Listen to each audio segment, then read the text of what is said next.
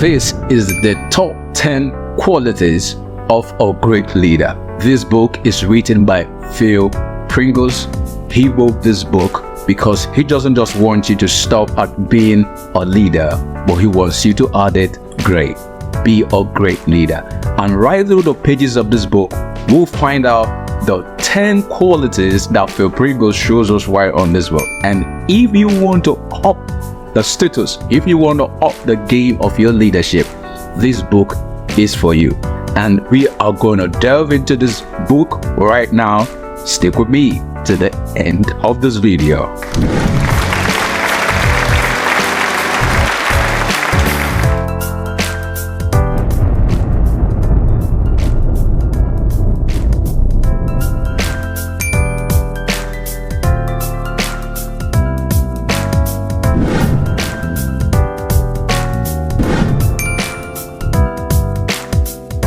Top 10 Qualities of a Great Leader is a book written by Phil Pringles, and he shows us the 10 qualities that a great leader exhibits right on the course of his great leadership or during his course of his great leadership. And this book is a great and a highly insightful one. Phil Pringles did great research work on this top 10 great qualities of a great leader, and you're going to find out right through the pages of this book. We will see those top 10 qualities of a great leader. Phil Pringles emboldens us and endears us to see these qualities. And if you are a leader in one way or the other, in your profession, in your family, in your job, in your career, you want to be great, a great leader in that field. And this book and these qualities applies to you. And the first quality, top quality of a great leader that Phil Pringles shows us right on this book, he says that great leaders, they serve. He went on to say, 7 will serve you well. 7 will serve you well. And he wrote a scripture that says that Jesus said that if you want to be a great leader, then you will have got to serve. So a great leader are those who serve. They don't just sit back and watch others serve them, or you don't sit back and just become unnecessary or unholy supervisors. They serve, they get involved, they fold their sleeves and actually get into the action. In other words, if they assign responsibilities to their followers or to their subordinates, they actually go with them and get involved with them in order for them to actually deliver on that assignment perfectly. And that's what great leaders do. These qualities of a great leader, they actually get involved in the service, they get involved in the serving, they get involved in the activity of or the project or the plan that is involved. That's what great leaders do. They serve. And the second quality of a great leader that Phil Pringles shows us right on this book, he says a great leader is a member of a place or an association. He's a member. A great leader didn't just come out of the blue somewhere. He didn't just fly in from somewhere and fly back in there. They came from a place. You remember in the Bible times, you will hear that Jesus is Jesus of Nazareth. You hear Moses of Israel. You hear Paul of Tarsus.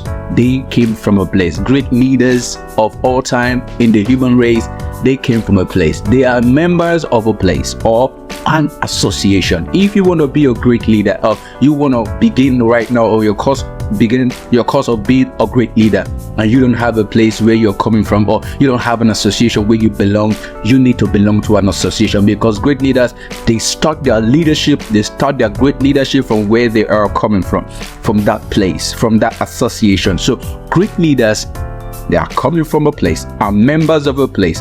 They don't just jump in anywhere and just jump out. They come from a place. The next quality that Phil Pringles shows us of this book, of the top quality of a great leader, he said that a leader or a great leader is a soldier through and through. He went on to add, a leader gets to great in a climate of war. A leader gets to great in a climate of war. Remember the scripture that tells us that we wrestle not against flesh and blood, but against principalities and powers.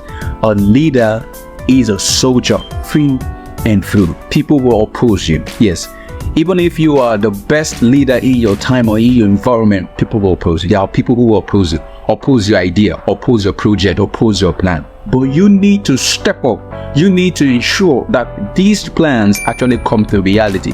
There are people that will step on your toes. You need to correct them through and through. Great leaders through and through. You need to know this, because it's the great leadership does not exist in the absence of the climate of war.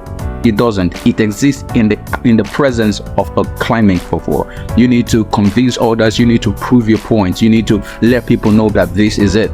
These are the qualities of a great leader. So when people pick a fight with you, it's not a time for you to just run into your corner or hide yourself, or like Elijah did one time ago, and afterward he came out.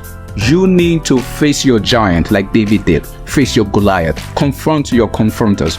Confront your controller. If you watch my video on breaking controlling powers, you would know that one thing you need to do to you to actually step up on your leadership is for you to break controllers. Confront your controller. This is one thing you need to know as a quality of a great leader. The next top quality that Phil Pringle shows us right on this book of a great leader, he said a great leader is success conscious. A great leader is success conscious. If you want to be a great leader, you have to be success conscious. So you don't have to treat it like it doesn't matter. It matters, because these are your certificates, these are your referrals that will show, that will let people know that you are a great leader. Success conscious. You need to be success conscious.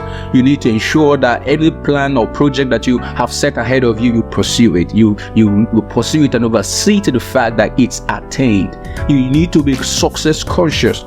Is a great leader is a go-getter. He doesn't come back with excuses. He doesn't come back with so many reasons why he or she wasn't able to reach that aspirations. If you read the story of David in the Bible, where he went to confront Goliath, he came back with an evidence that he succeeded with the head of Goliath. You need to go confront your giants and come back with your success story. Come back with an evidence that you really succeeded in it. So one great quality of a great leader is that they are success conscious. Anything you want to start today, you must ensure, have it in your mind that you must succeed and pursue it with all speed to succeed at it. The next one he shows us right on this book, he said that a quality of a great leader is that a great leader is as strong as an ox. He went on to say, the strong can do what the weak cannot. The strong can do what the weak cannot. So a great leader is as strong as an ox. Emotionally, you need to be strong. Psychologically, you need to be strong. Careerly, you need to be strong. Physically, you need to be strong. A great leader is strong all around. You need to be strong. You need to be strong so that it takes a lot of energy in order to reach a great leadership. It takes a lot of energy. You need to do that. And one thing you need to know that will help you to gather a lot of strength in the course of being a great leader is perseverance and endurance. You need to keep on keeping on. You need to persevere. If by so doing, you will be able to have gathered a lot of endurance and perseverance so that you can be able to reach most of those goals that cannot be reached by just ordinary mere small energy or mere small strength. Great leaders are as strong as an ox. You need to be strong.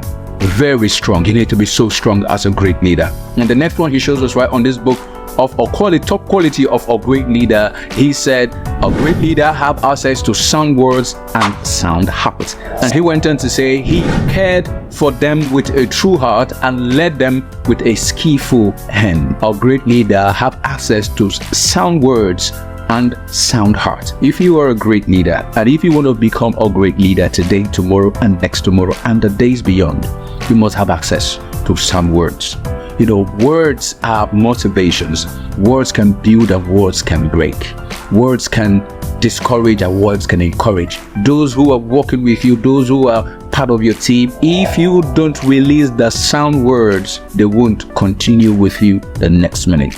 You need the sound words and you need the sound heart. And one thing about sound words is that out of the heart flow sound words. It takes a sound heart to flow a sound word.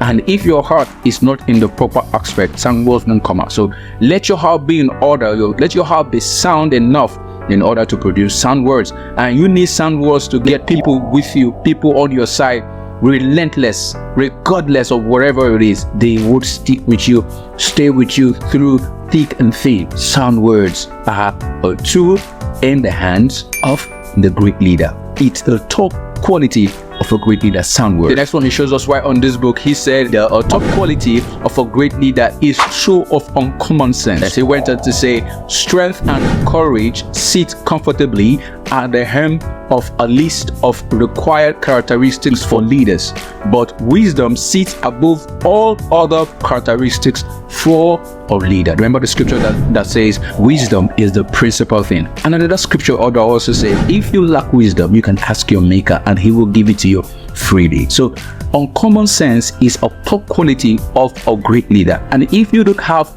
uncommon sense, not common sense, it's called uncommon sense. If you don't have it, you can ask your maker, the one who made you, who created you. You can ask him and he is willing and ready to give it to you, because wisdom is the principal thing.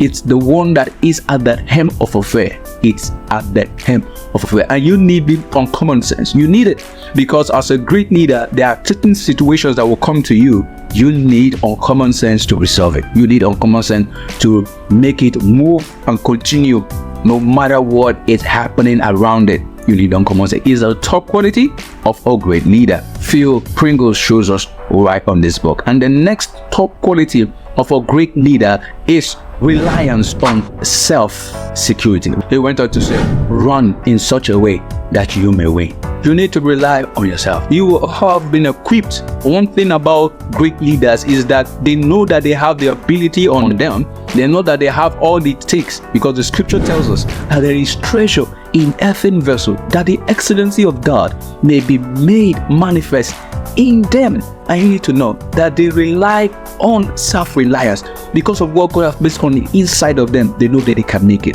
They know they can do all things through Christ that strengthens them. They don't want someone to say, if not because I gave you this, you won't have succeeded. If not because of me, you won't have been where you are.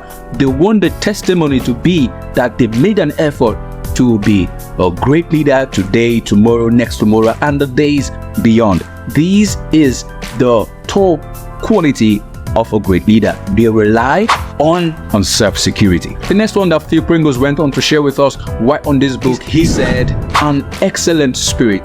Top quality of a great leader is that they have an excellent spirit. Remember the scripture that tells us that Daniel had an excellent spirit. It's called an excellent attitude. He went on to say that the foundation for this success of great leadership is the attitude of success. The attitude of success. What's your attitude concerning success? What's your attitude towards reaching your goal or your aspirations? These are the major focals that will help you in order to reaching a great leadership or people tagging you as a great leader. You need to know that an excellent attitude, an excellent spirit is the top quality of a great leader. And the next one he shows us right on this book, which is the final top quality of a great leader. He said control over self is a top quality of a great leader. Scott Peck wrote, discipline is the art of rescheduling the pain and pleasure in life in such a way as to confront pain first, so as to enhance pleasure later. Remember the scripture that tells us that weeping endures for a night and joy comes in the morning. You need to know that control over self is a top quality of a great leader. Control over self. A restraining force. Restraining yourself from the things that you don't need to do, the actions that you don't wish you take, that might not come out well, that might not bring out the best of result. Control over self is key. A leader who doesn't have control over himself is like a band that has no restraint. You need to know that discipline is key and key quality for a great leader. And if you have that discipline on your inside, then you are going to have control over your actions, over your emotions. You won't just allow people just push you to any directions or push you to any actions because you have control over yourself. So great leaders are known for control over themselves. And if you want to be a great leader today, tomorrow, and next tomorrow, you have to have control over yourself and be joyful that you have. These are the top 10 qualities of a great leader.